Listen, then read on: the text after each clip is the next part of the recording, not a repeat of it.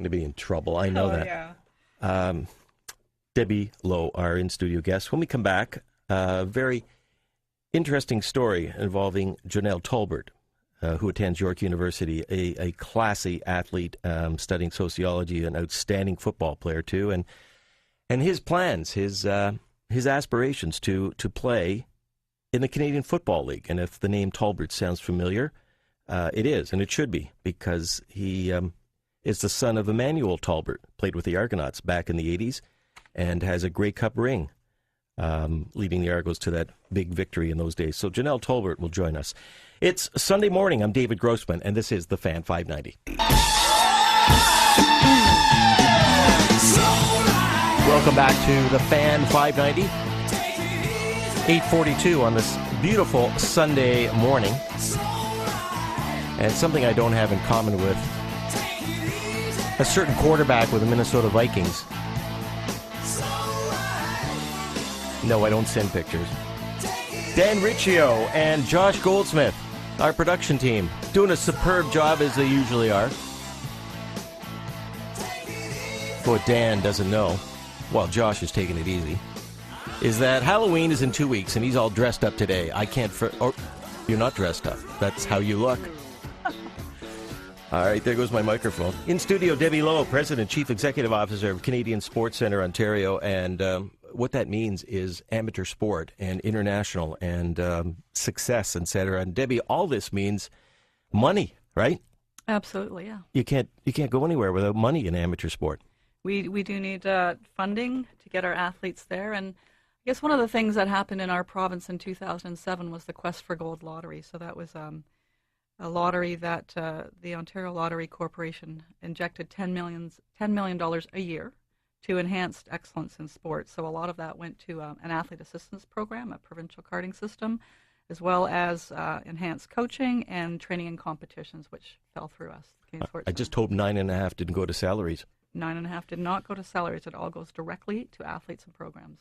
I don't know if you had a chance to see the Toronto Star yesterday, but I was very fortunate to have had an opportunity to talk with and write a story about Jonelle Tolbert, and an outstanding young man. I've seen him play, a great athlete, and a very good student. I'd like to say great, maybe he is, and he'll correct me. But yesterday, it wasn't a day that many football players at York want to remember. I mean, here's the machine from the University of Western Ontario rolling into town, and they go on to set a school record scoring points. So that when the game is over, it's Western 76 and York 0. Now, let's forget the score, and let's talk about a player with a mission, and that's Jonelle Tolbert, who, as I say, is a third-year student, one of the top wide receivers in the OUA, and despite playing for a school team that is struggling with more than 25 losses, consecutive losses, he continues to shine.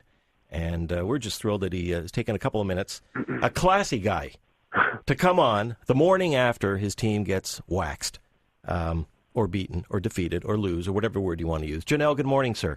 Good morning to you, too. How are you? I'm good. After yesterday? Seen better days. Seen better days. I'm sure you wanted to, after the first couple of minutes, call it in. I mean, I'm not feeling well. I got to go home. No, you still got to play the game for the whole time, especially for the seniors that we had graduating yesterday. That was their last game, and to go out the way we did was kind of tough, especially for those guys.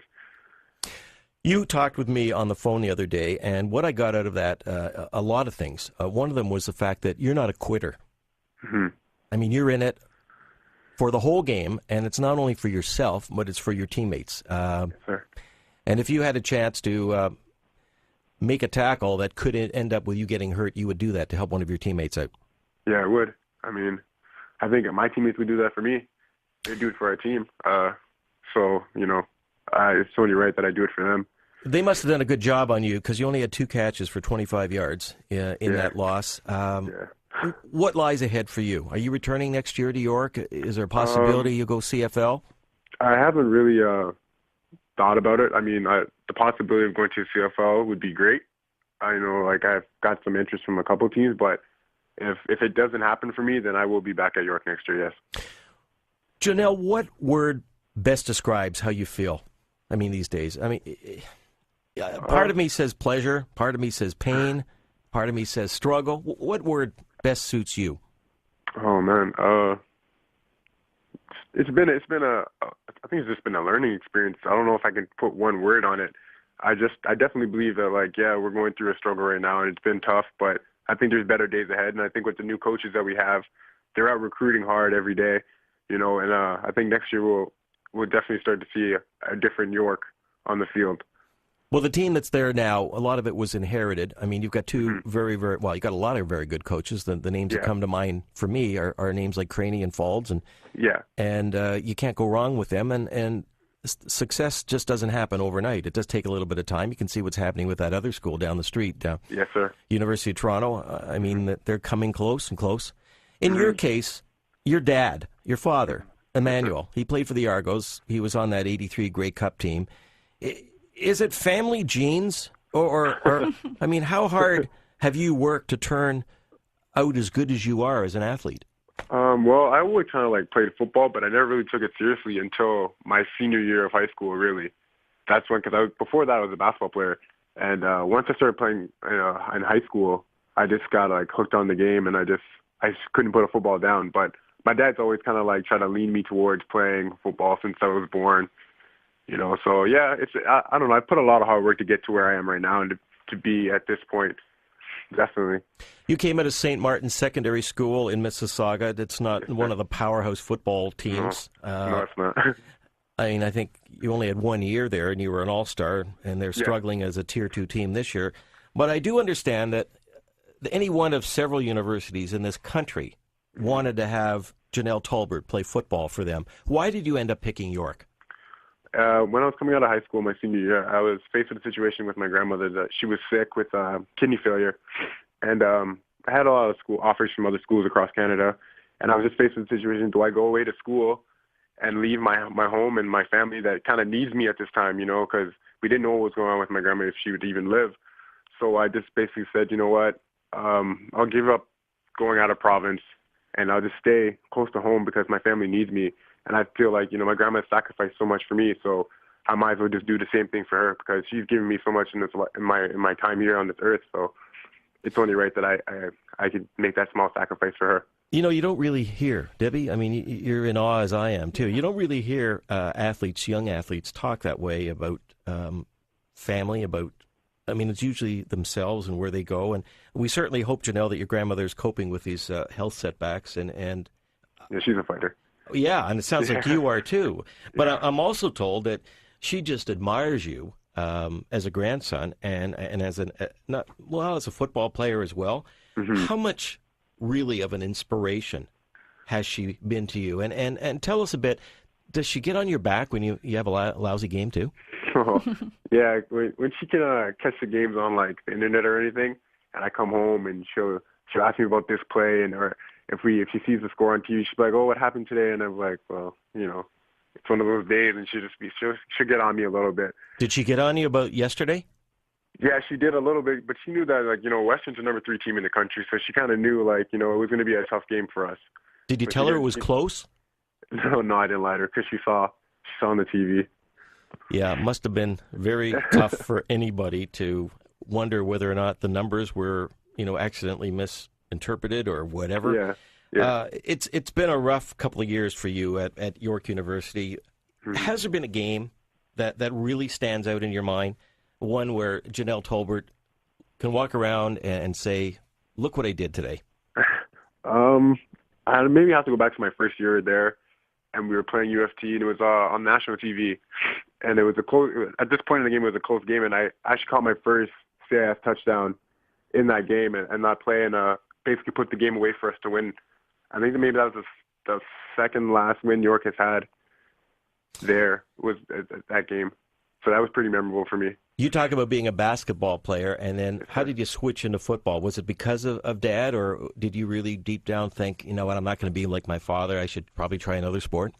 No, well, like I said, I always liked football or whatever, but when the opportunity came that I heard that they were bringing the football program back to my high school, I just jumped all over it, and I just, I started telling all the kids in school, like, you're playing football. I was trying to recruit guys and get as much people out as we can. So once that happened, I decided, you know what, I'm going to switch it up. What's the number one thing that you like about Jonelle Tolbert? My loyalty. I think my loyalty to my family, my loyalty to my school. Those things I think I pride myself on, and those are some of the qualities I really like, I think, about myself. You talked before about some CFL teams who've been scouting you. We're led to believe there's Hamilton in there as well. There's Saskatchewan. Mm-hmm. What do they like about you? From what I've heard, yeah, I think they like my speed, the fact that I can